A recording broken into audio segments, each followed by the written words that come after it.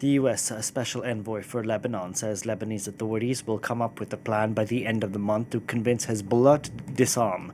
Thomas Barrack says Israel will provide a counter-proposal of its own.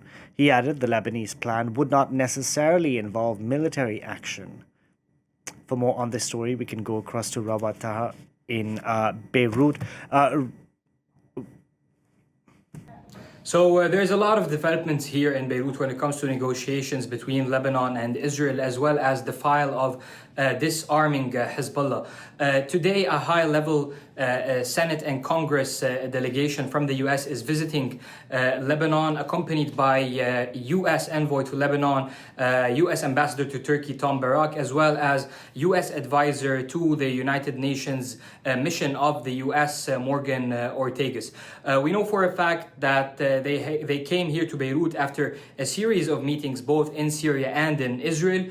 U.S. envoy Tom Barrack confirmed to Lebanese officials that Israel is ready to negotiate with Lebanon on a gradual withdrawal from Lebanese territory that it had occupied in the aftermath of the last war between Israel and Hezbollah, in a step-by-step manner, in such a way where Israel gradually withdraws from locations as the army advances its deployment in southern Lebanon and also advances in its disarming of Hezbollah. We know for a fact also that the Lebanese government has taken multiple decisions over the past few weeks related to maintaining monopoly of arms. That is the term used here in Lebanon. We're expecting to see a plan by the Lebanese army in negotiations with the government of Lebanon sometime next week, where the army proposes a plan for maintaining autonomy of arms. That plan will also be conveyed to the American counterparts, who will also discuss it with the Israeli side.